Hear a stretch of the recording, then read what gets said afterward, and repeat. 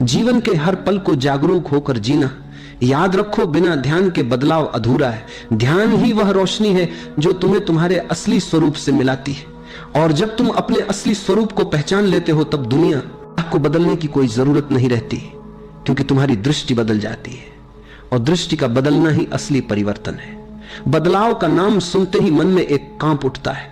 यह स्वाभाविक है। पुराना चाहे दुख दे, पर वह परिचित है जैसे एक पुराना टूटा हुआ घर।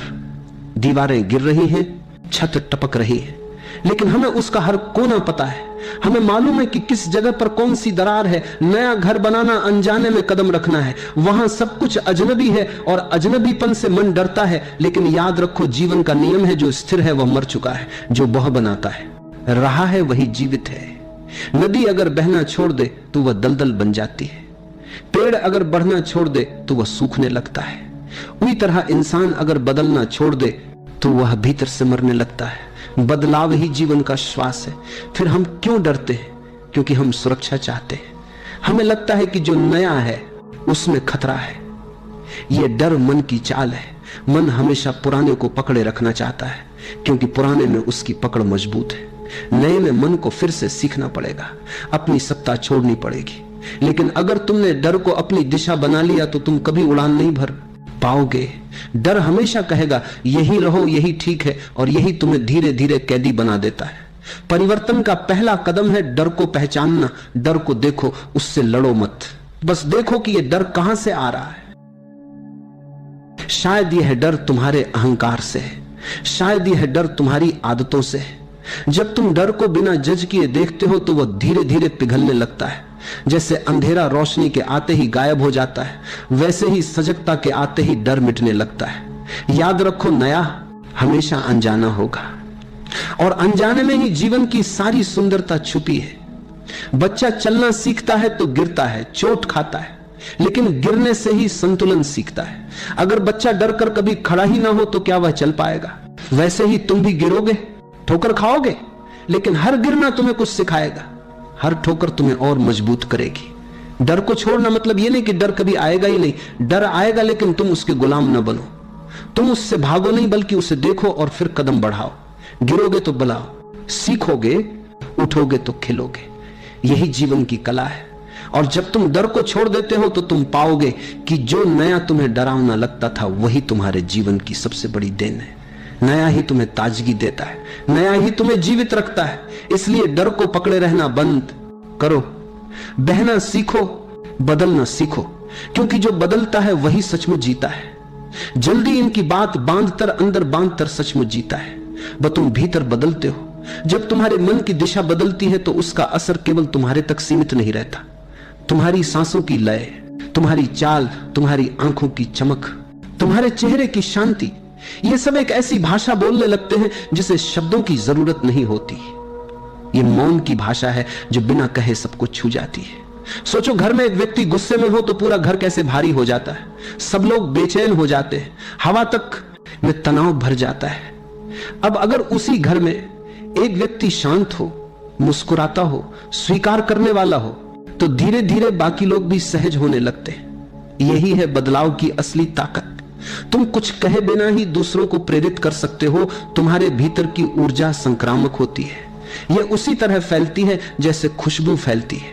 एक छोटा दीपक जलाओ और अंधेरे में बैठे कई लोग रास्ता देख सकते हैं। तुम जब ध्यान में बैठते हो, जब प्रेम में जीते हो, तो यह ऊर्जा तरंगों की तरह फैलती है। परिवार, मित्र, पड़ोसी, सब पर इसका असर पड़ता है, चाहे वे जाने या ना जाने।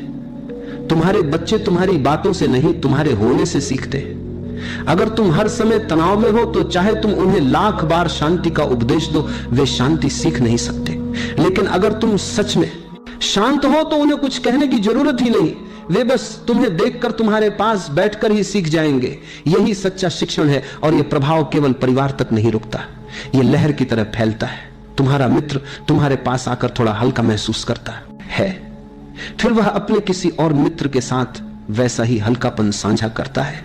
एक छोटा बीज धीरे धीरे जंगल बन सकता है। यही कारण है कि संतों, बुद्ध जैसे लोगों के पास हजारों लोग खींच कर आते हैं। वे शब्दों से नहीं खींचते, उनकी उपस्थिति खींचती है।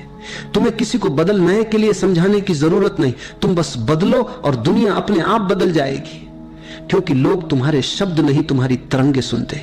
यह सबसे गहरी क्रांति है जहां बिना प्रचार, बिना नारे, बिना लड़ाई के दुनिया का चेहरा बदलने लगता है। अगर तुम सच में दुनिया को बेहतर बनाना चाहते हो तो सबसे पहला कदम है खुद को बेहतर बनाना। तुम्हारी मौन उपस्थिति ही सबसे बड़ा संदेश है, तुम्हारी जिंदगी ही सबसे बड़ा प्रवचन है। इस दुनिया में शब्दों की अपनी एक सीमा है।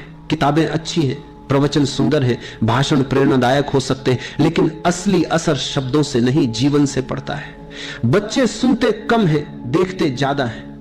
वे तुम्हारी बातें नहीं, तुम्हारी आदतों को आत्मसात करते हैं। तुम लाख बातों को बच्चे समझा भी दोगे, एक बार आदि वो करते हैं। बार उन्हें ईमानदारी सिखाने की कोशिश करो, लेकिन अगर तुम्हारा अपना जीवन झूठ से भरा है तो वे तुम्हारी बात नहीं मानेंगे। वे वही करेंगे जो उन्होंने तुम्हारे जीने के तरीके से सीखा है। इसी तरह दुनिया भी सुनने से ज्यादा महसूस करती है। लोग तुम्हारे तर्क, तुम्हारी किताबें, तुम्हारे भाषण शायद भूल जाएं, लेकिन तुम्हारी उपस्थिति, तुम्हारी ऊर्जा को कभी नहीं भूलते। अगर तुम सच में भीतर से शांत हो, प्रेम से भरे हो, तो लोग बिना किसी उपदेश के तुम्हारे आसपास सहज हो जाते हैं। वे तुमसे कुछ सीखे बिना भी बदलने लगते हैं। यह उदाहरण की ताकत है।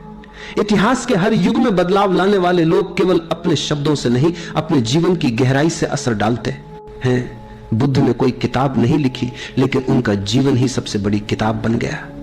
ईसा मसीह ने कोई बड़ी सेना नहीं बनाई, लेकिन उनकी करुणा ने लाखों दिलों में क्रांति जगा दी। जो तुम कहते हो उसका असर आधा होता है, जो तुम जीते हो उसका असर अनंत होता है। एक बदला हुआ इंसान सबसे बड़ा संदेश है। उसकी हर सांस, हर नजर, हर खामोशी एक शिक्षा है। वह बिना बोले यह बताता है कि प्रेम संभव है, शांति संभव है, जागरूकता संभव है। लोग उसकी तरफ खींचते हैं क्योंकि वे शब्द नहीं, सच्चाई महसूस करते हैं। इसलिए अपने बच्चों, अपने मित्रों, अपने समाज को बदलने की जल्दी मत करो, पहले खुद को बदलो। जब तुम सच में बदलोगे तो तुम्हारी हर छोटी क्रिया, एक मुस्कान, एक स्पर्श, एक मौन दूसरों के भीतर नई संभावनाओं का द्वार खोल देगी। एक इंसान का बदलना हजारों को बदल सकता है। अब तुम्हें बाहर देखने की जरूरत नहीं है।